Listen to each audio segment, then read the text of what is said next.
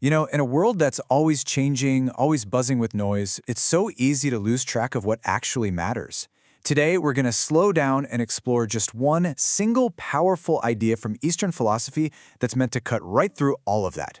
So let's take a moment for this meditation on the eternal self. Our journey starts with a question I think we've all asked ourselves at some point. With so many distractions, how in the world do we see what's actually real? What really matters? We're going to start with the answer that's offered in a simple, really beautiful prayer. O deity of knowledge that dwells in the mind, let me light the lamp called Viveka and see you. Wow, it's really a plea for clear vision, isn't it? It's an appeal to the wisdom we already have inside of us. And right there, it introduces the key to this whole thing, a lamp called Viveka. Okay, so what is this lamp? It turns out this isn't just some poetic metaphor. It's actually a core philosophical concept. So let's take a closer look at what Viveka really is. So Viveka, and you can see it here in this original Tamil script, is the faculty of discrimination.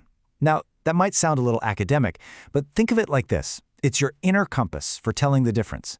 It's the ability to distinguish what's real and eternal from what's unreal and just passing through. It's the lamp that lets you see clearly through the fog of our everyday lives. Well, that naturally leads to the most important question, right? If Viveka is a tool that helps us distinguish one thing from another, what are the two things we're supposed to be looking at? And here we are at the very heart of the practice. The whole point of Viveka is learning to see the difference between what's eternal and what's transient in our own direct experience. Let's break down what that actually means. This comparison lays it all out. So in one column under the transient, you've got the body and the mind, basically anything that's in a constant state of flux. Then, over in the other column, the eternal, we see things like knowledge and bliss, that deep, lasting well-being. The central idea here is that everything we usually identify with, our physical body, our busy thoughts, all of that belongs in that first column. Let's just pause on that for a second.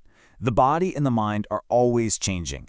Think about it. Your body isn't the same as it was a minute ago. And your thoughts, they're constantly just popping up and fading away. There's no real permanence there at all. And that leads us to this really crucial insight.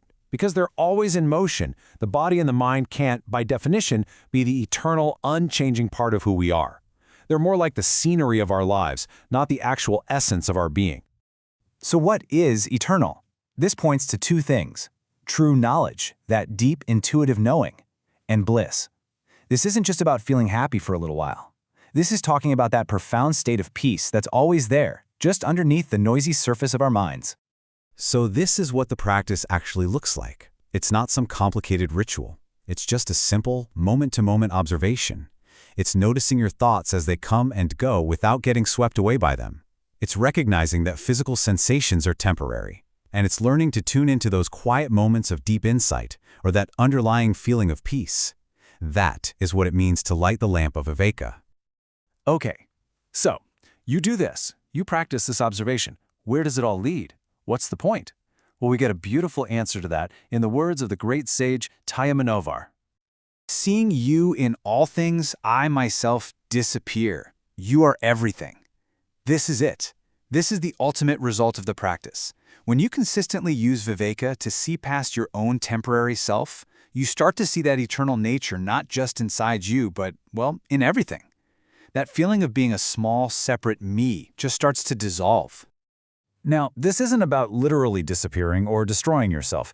It's about a profound shift in how you see things. It's realizing that your transient self, your personality, your body, your thoughts, it's like a single wave on this vast, endless ocean.